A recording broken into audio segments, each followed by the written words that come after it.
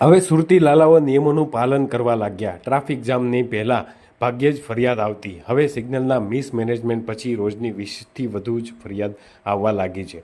Traffic સિગ્નલો પર હવે સુરતી લાલા નિયમોનું પાલન કરવા માંડ્યા છે। જોકે ઘણા સિગ્નલો પર ટ્રાફિક જામની સમસ્યાના કારણે ટ્રાફિક હેલ્પલાઇન સહિતના હાલમાં રોજની સરેરાશ 10થી 20 જેટલી ફરિયાદો મળી રહી છે। આ ઉપરાંત રોજની 10થી વધુ ફરિયાદો છૂટી છવાઈ થઈ રહી છે।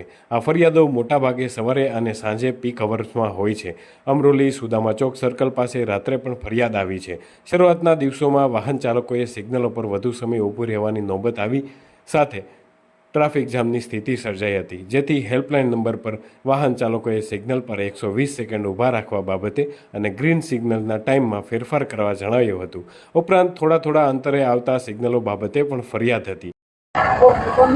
સુરત શહેરની અંદર જ્યારે ટ્રાફિકના પોઈન્ટ ઉપર જ્યારે અતિશય ટ્રાફિક થઈ રહ્યું છે ત્યારે આપણા સુરત પોલીસ કમિશનર શ્રી અનુપમશ્રી ગેહલોત સાહેબે જે ટ્રાફિકની વ્યવસ્થાને સુદૃઢ કરવા સારું તમામ પોઈન્ટો ફરજિયાત સિગ્નલ પર ચલાવવા, રેડ સિગ્નલ પર તમામ વાહનો ઊભા રહેશે અને ગ્રીન સિગ્નલ પર પસાર થશે।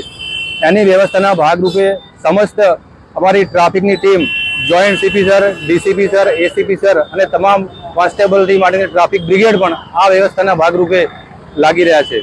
આજનો ખાસ કાર્યક્રમ જ્યારથી આ ફરજિયાત કરવામાં આવ્યું છે સિગ્નલ પાલન કરવાનું, તો સુરતની જાહેર જનતા અને વરાછામાં જે લોકો ફરજિયાત જ્યાં પોલીસના માણસો પણ નથી હાજર હોતા ત્યાં આગળ પણ ત્યાં સેલ્ફ ડિસિપ્લિનમાં ફોલો કરી રહ્યા છે।